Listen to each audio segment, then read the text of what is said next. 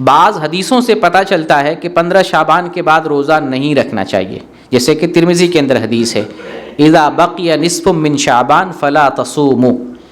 کہ جب شعبان کا نصف باقی رہ جائے، نصف گزر جائے 15، پھر نصف جب باقی رہ جائے 15 کے بعد 15 16 17 18 19، یہ جو آخری حصہ ہے آدھا مہینہ، تو اس مہینے میں روزہ مت رکھو، فلا تصوموا، روزہ نہ رکھو، یہ حدیث ہے۔ اور اس کے علاوہ بھی مختلف روایات آئی ہیں، تو ان ساری روایات کے درمیان اہل علم کے درمیان اختلاف ہے۔ بعض علماء ان حدیثوں میں سے بعض کو صحیح قرار دیتے ہیں، بعض کو ضعیف قرار دیتے ہیں۔ بعض علماء 15 شعبان سے متعلق جتنی بھی روایات ہیں روزہ کی ممانعت میں، ان ساری احادیث کو ضعیف قرار دیتے ہیں اور کہتے ہیں کہ نہیں، جو ہے 15 شعبان کے بعد بھی روزہ رکھ سکتے ہیں۔ اس مسئلے میں صحیح بات یہی ہے کہ 15 شعبان کے بعد بھی روزہ رکھ سکتے ہیں۔ نبی کریم صلی اللہ علیہ وسلم سے ثابت ہے آپ اس مہینے میں اکثر و بیشتر روزہ رکھا کرتے تھے، اس لیے اس مہینے میں اکثر و بیشتر روزہ رکھ سکتے ہیں، 15 شعبان کے بعد بھی رکھ سکتے ہیں،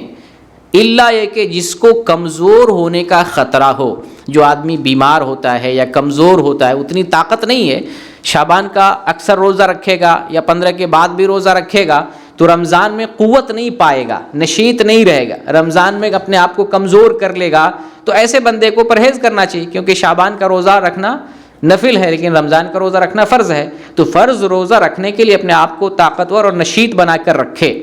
لیکن جو طاقتور ہے پہلے سے ہے تو وہ پورے مہینے میں اکثر روزہ رکھ سکتا ہے، 15 کے بعد بھی رکھ سکتا ہے، خاص طور سے جو قضا کے روزے ہیں، نظر کے روزے ہیں، وہ تو رکھ ہی سکتے ہیں،